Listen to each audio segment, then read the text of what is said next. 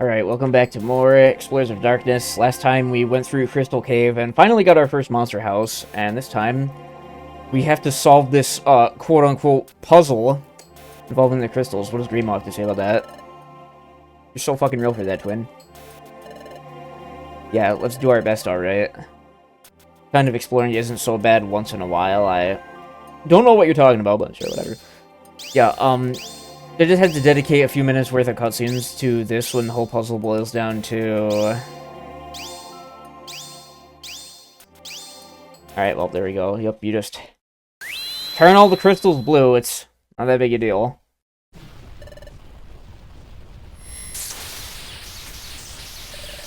Okay, this scene is pretty cool here. I gotta stop hating for a second, because this little sequence here with the crystals is very cool. Even if the illusion is kind of broken because the screens aren't aligned properly, but still very cool. And listen to that, new dungeon theme. Very nice one as well. I like the, creepy, ominous kind of atmosphere this theme has going on. It's kind of nice.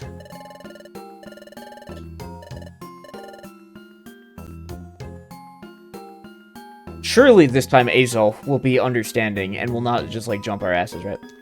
Oh, Crystal Crossing, this is the dungeon I was talking about, where there are, barely any Pokemon here, and the Pokemon that spawn just feel totally random.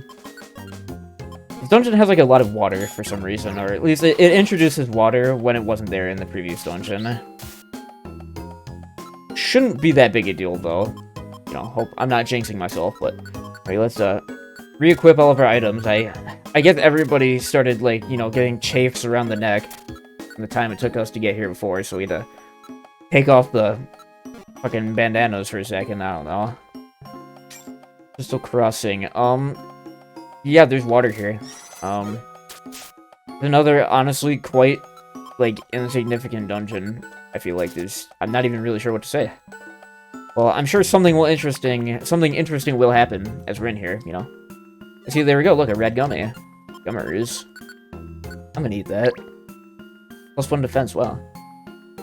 That's crazy.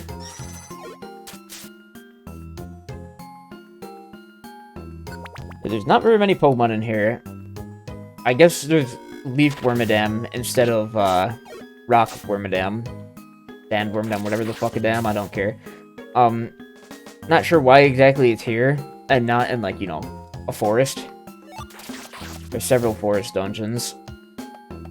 Oh. Grimo woke up really quick. That was kind of odd.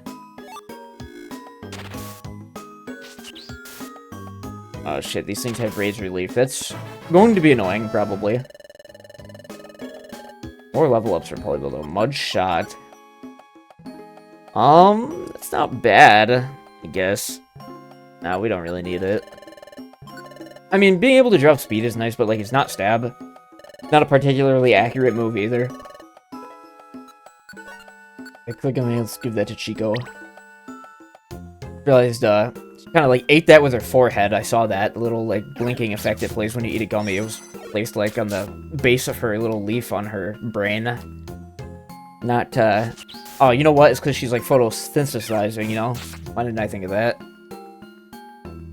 Also, I want to point out, we recruited a Wormadam last time, and if you take a look at the recruitment search, yeah, it says we don't actually have Wormadam recruited, and that's because of what I said last time, where alt forms for Pokemon are considered different species entirely, which means you'd have to get every single one of them individually to, have the game consider you as having everything recruited.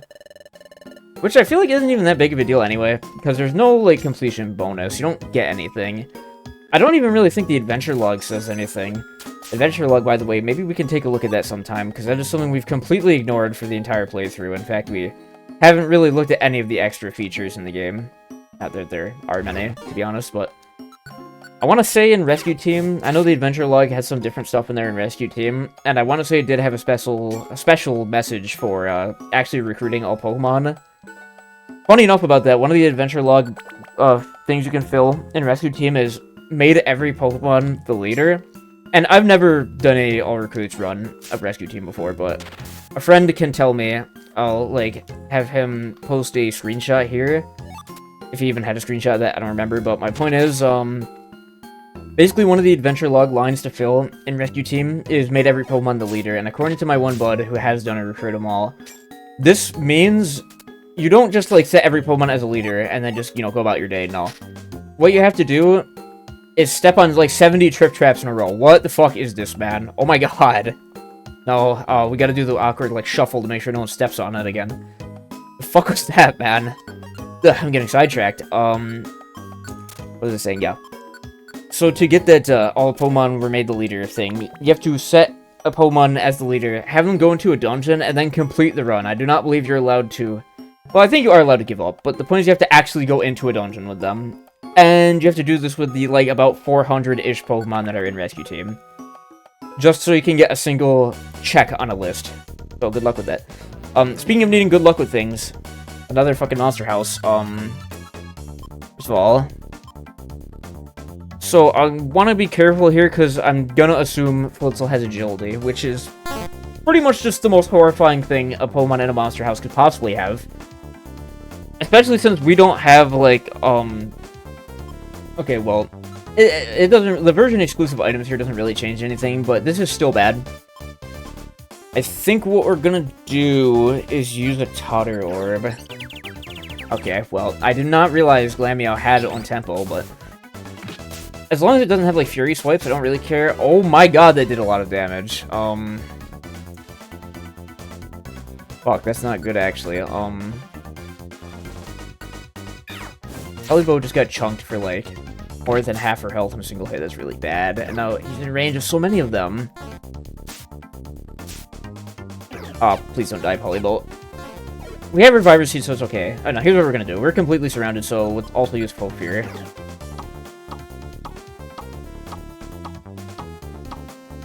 Nice and slow, little fart cloud animation that appears is great. This should hopefully, like, keep the heat off of us and give us some breathing room. And yeah, like, Green will set up some acupressures. I keep getting these defense boosts. Now, let's just, beat the shit out of everything again. Oh my god, that thing has, like, 100 health? Really? That's actually, like, kind of disgusting. Of all Pokemon to be that tanky, Glameow, that's just weird, man. Payback TM, that's not even useful, to be honest. That sucks. Yeah, if we use a Full Fury like this, basically every Pokemon in the Monster House is kind of just going to disperse throughout the floor. Which means we're going to be putting up with a lot of them later. Also, I was going to say, we didn't get any EXP for that for a second. I was confused. Glameow, they just got sniped with a Pin Missile. As long as we can just get everything to back off, it's okay. Well, nice Energy Ball snipe. Yeah, Full Fear is like... It's an adequate way of dealing with monster houses, I feel like. I think Spurn Orb is probably better because you don't have to wait for them to run away. Because of the Full Fear, they just all fuck off immediately. But Spurn Orb, you know, not in darkness, so I'm not gonna be getting that. Is that a second payback TM, or is that the same one as before? I don't know. Whatever, I doubt we're gonna end up killing everything from this monster house, but again, the hallways are going to start becoming very congested with enemies. Oh, I just accidentally made Chico drop all of her buffs. Uh-oh. Oh, these Glameows are tanky. That's disgusting. There's a bunch of spikes in this room, by the way, for some reason, so might as well grab a few and start chucking them when we need to. Oh, I got scared for a second, but that didn't do anything because of all the buffs Greenwell gave us. Holy shit. Here's my ranged attack. Okay, well, I look like a jackass now. Getting so many level ups, though. We're almost all level 30. Like, wow, that's really good. Let's just get the fuck off this floor. Never mind, let's beat up that Glameow first. More defense boost. We don't need that anymore, bro, I swear.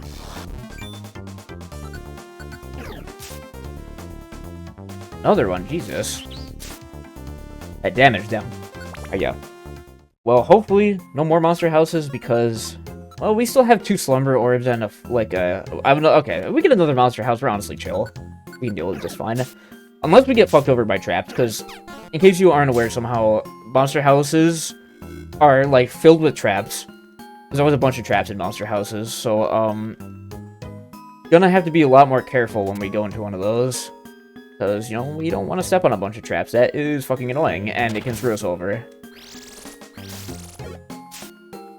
Hidden Power. I don't know how common of a move Hidden Power is in this game. Well, it's not common. I can at least say that.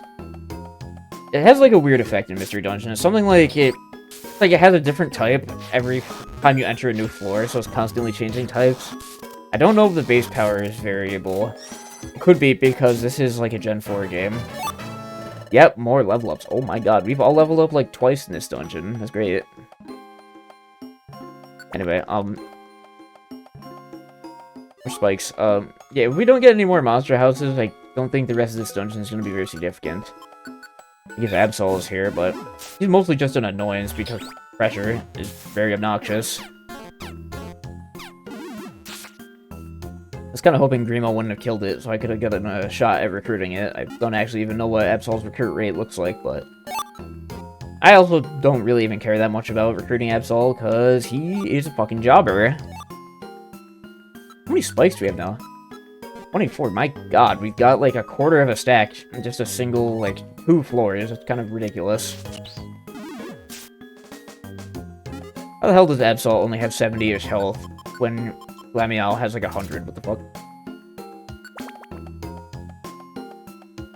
I don't know how I had never really noticed this, or I guess I just played through the game so many times I kind of just didn't acknowledge it anymore.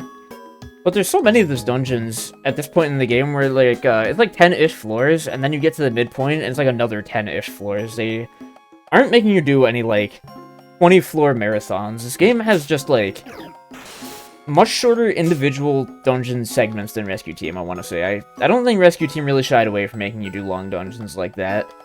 Although that game's story is very short. Like, 90% of the runtime of Rescue Team is just the post-game. I don't know if we get a damage debuff when we're hungry or not. I want to say in one game, like, your A button attack starts to deal only 1 damage when you're hungry or something like that. Okay, well, yeah, I guess let's just eat another apple. When did we get so many? My god. I have no reason to be, like, so stingy with them. We have plenty. Other gummy. This is Royal Gummy. I want to say this is the Dragon type one. Yeah. Let's just feed these both to Chico, honestly. This Royal Gummy and our Black Gummy. Well, she got some stats out of it, so can't complain. Oh my god, Fury Swipes, that's bad. That's bad, no! Fuck. But you know what? We got all of our PP back out of it, so I'm actually pretty, you know, I'm pretty chill about it. I don't really care. Having to eat a Reviver Seed is really not a big deal half the time, I don't think. Again, at this point, eating that Reviver Seed, that was basically just like, that was just like a free max elixir, basically. I can live with that kind of trade, you know. Other Glalie here. Let's chuck some spikes. Let's see the damage on these.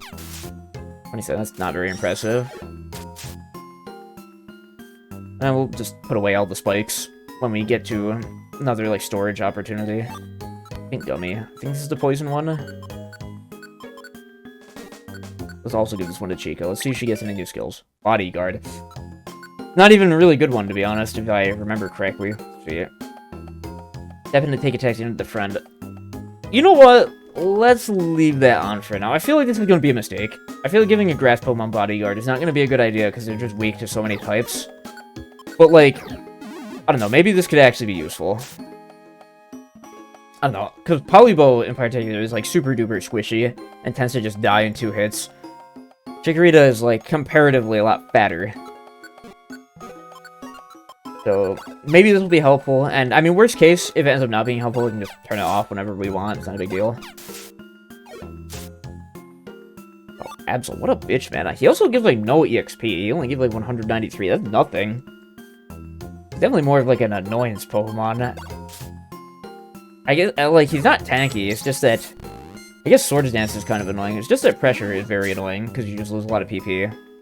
Well, that time we got 570. Oh, you know what? It's because we got, like, the EXP bonus from using moves. The last one we just chucked a bunch of sticks at him until he died. I'll take the all-hit orb. I'm never going to use it, but no point leaving it there, I suppose. Although, this is around the point in the game where our inventory is going to start getting pretty stuffed.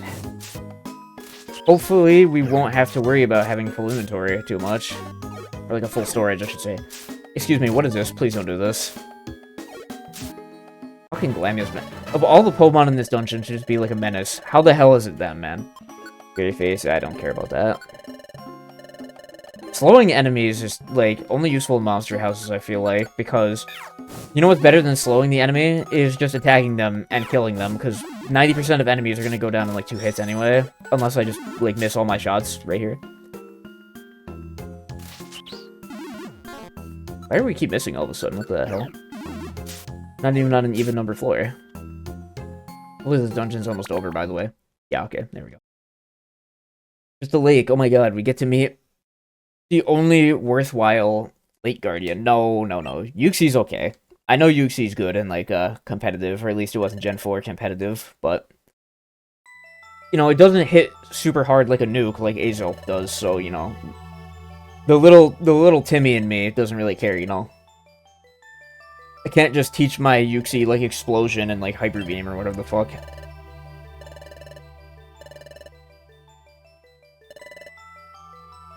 I don't know what you're talking about, bro. I don't see anything over there.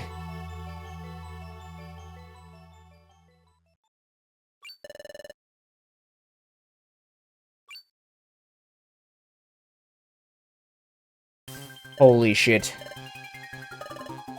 Okay, I'm gonna say it yet again. How the hell is Azelf jobbing to Grovyle, bro? That's not happening. I'm 90% sure Azelf gets Flamethrower, bro. Just torch his ass.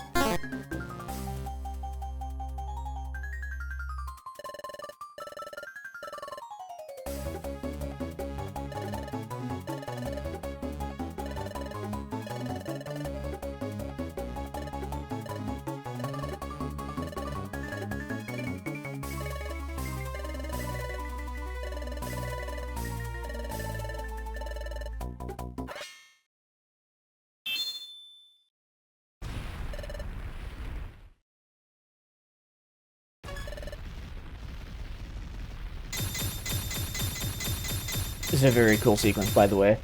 But the cynic in me has to ask, why not just do this in the first place if guarding the time gear is such a high priority? Surely, just, like, put it in a completely unreachable location by just doing some shit like this ahead of time, and all will be well, right?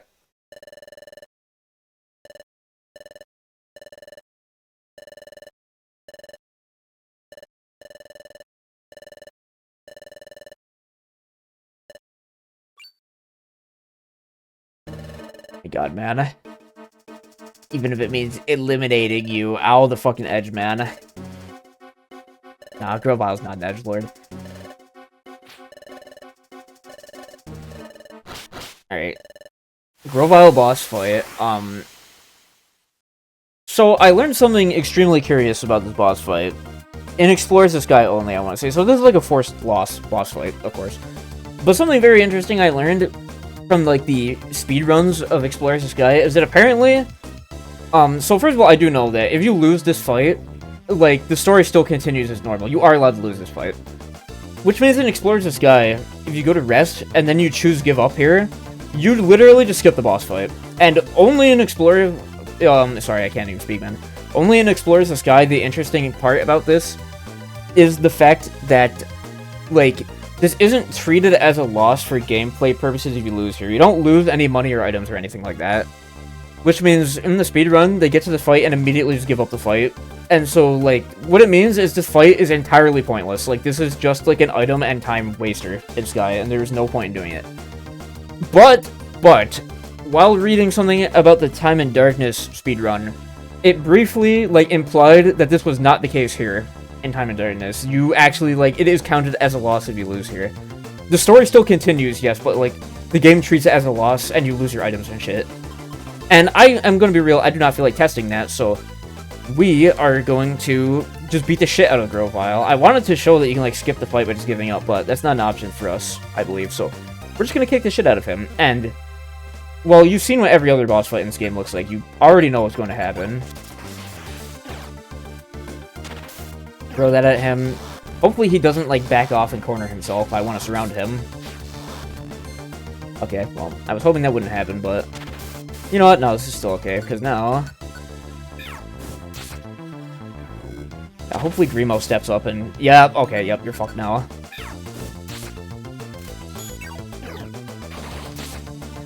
Got it. He has a lot of health. Okay, yeah, owned. What a bitch. Yeah.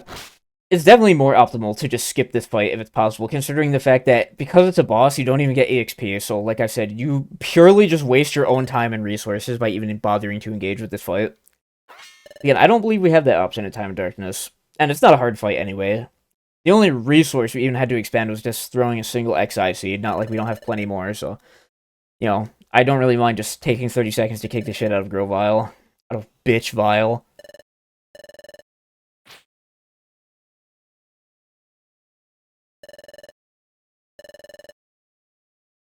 And of course, this game does the grave sin of, win the boss fight and then get your ass whooped in the cutscene. I hate that. I hate it.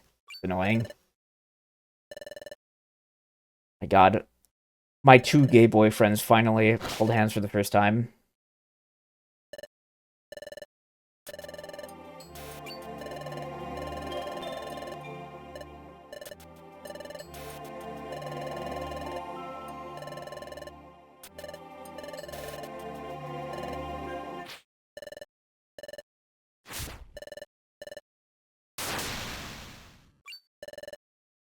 Oh, there he goes.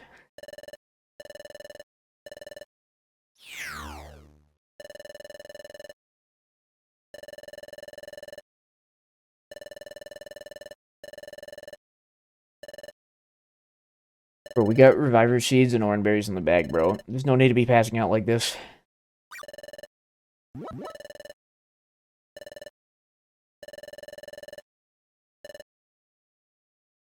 Now I'm going to write my own fanfic webcomic of this scene where we are, all covered in blood and, like, dismembered and moments from death.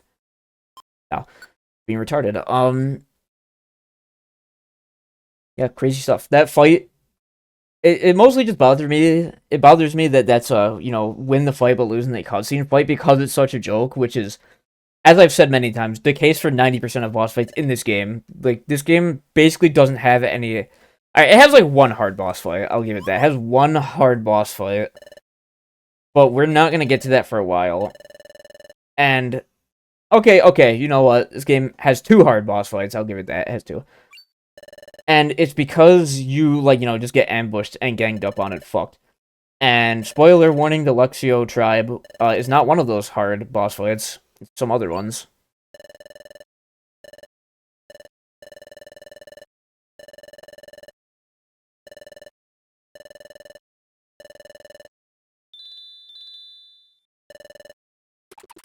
You notice how nobody else in the guild did anything to contribute in the search for the time gear?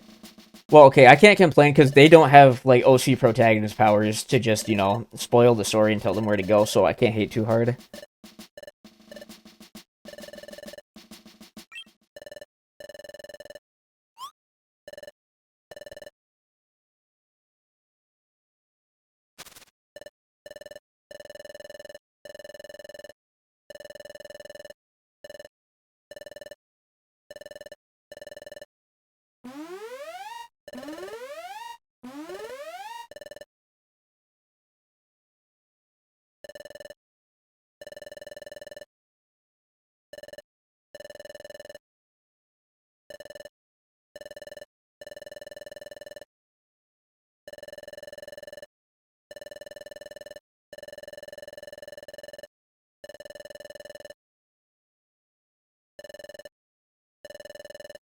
Surely they could have invited Magnezone into the Cool Kids Club to just, tell everybody, just message, instead of having him shout down a hole, but whatever.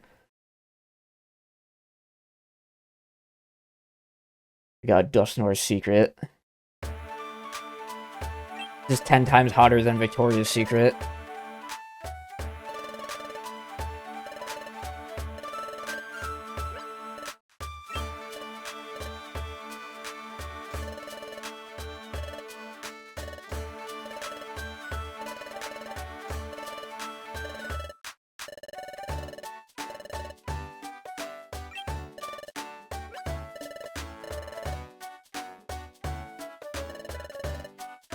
Dusknoir, sir. Thank you, sir.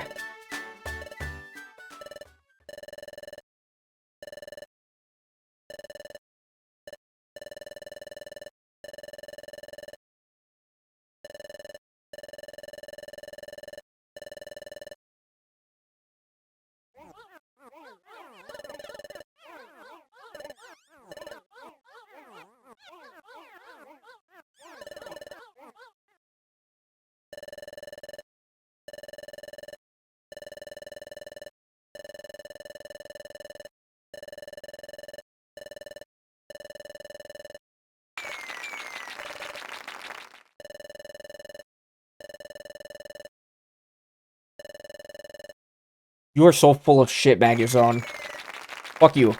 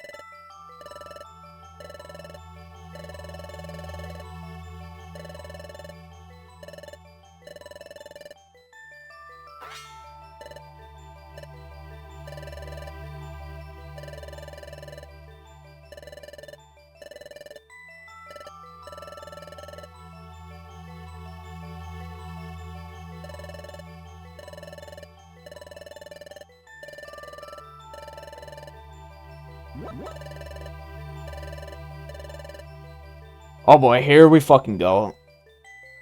I think starting from now is like the only part of the game that 90% of the community cares about.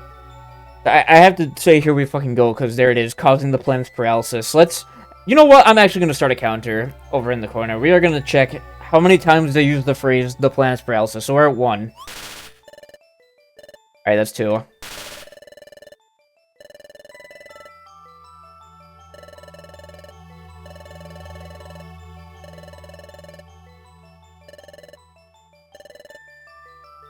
Yeah, I'm not gonna count it, right, if they say something like this. I want the specific wording of the planet's paralysis, because they love to say that specifically, so we're gonna track how many times they say that. And I hope you like this little sequence of, like, the desolate future, because we're gonna be seeing it a lot.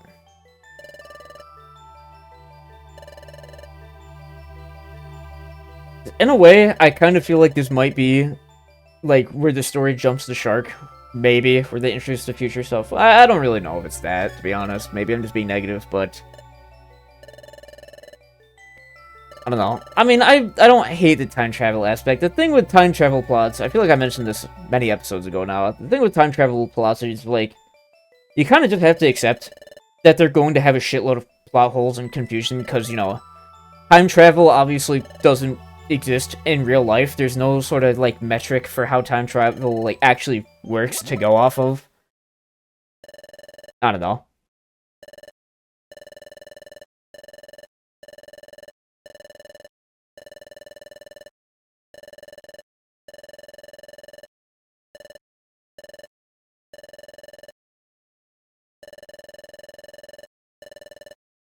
It's because I'm being funded by the Rothschilds. Oh, wait, no, wrong, now that's not what's going on here.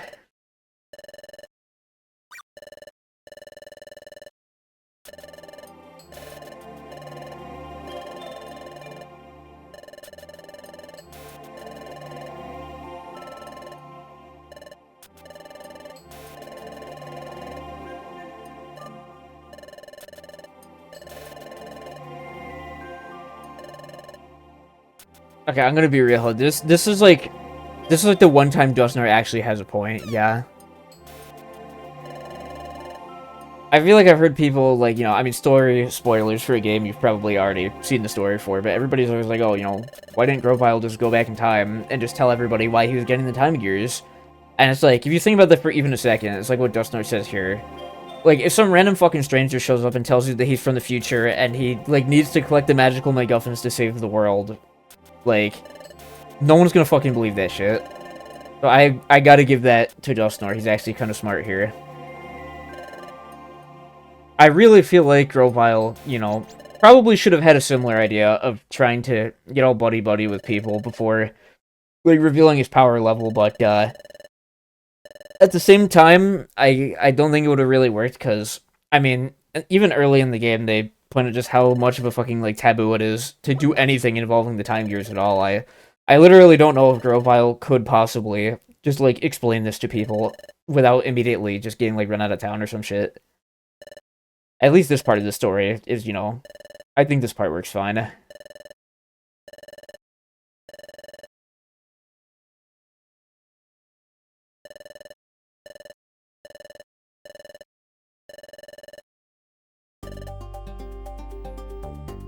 Why does it play like the Quicksand Cave music here? This feels like such a strange song to be playing this moment. I guess it is kind of weirdly like an adventurous and like kind of like uplifting, exciting sort of theme, you know? I don't know. I feel like this is a scene where it should just play like the Wigglytuff Guild theme, right? I guess not, because this is like, you know, involving the Lake Trio and like the entire town and the, like law enforcement and stuff, and it's not just a guild problem anymore.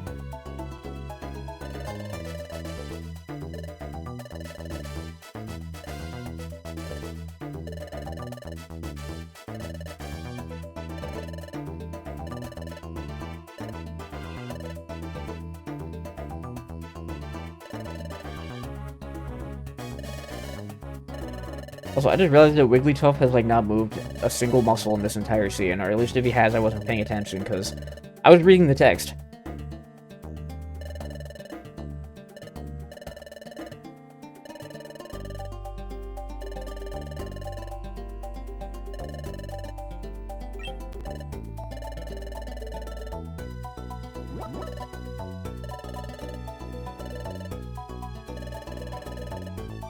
Corphish, you are not doing shit.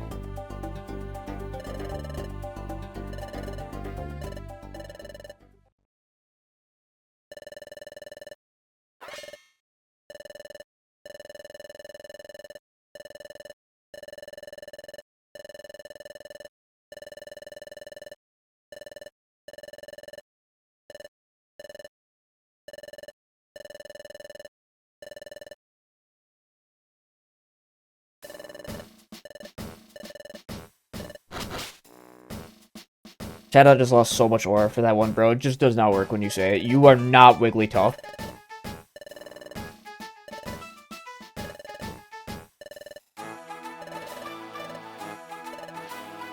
Okay, Wigglytuff is still alive. Yeah, I was gonna say he didn't fall asleep this time because he hasn't said anything. I guess even Shadow is, you know, thinking that.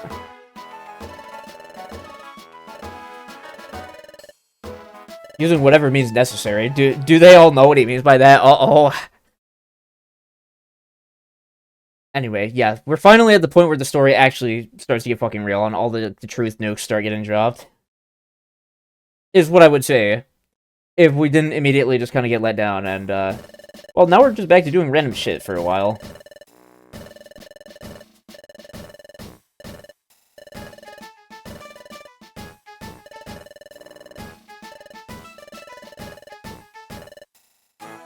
Right then, so yeah, this is the first time in quite a while we're actually getting some free days, but that is going to be for next time, so see you then.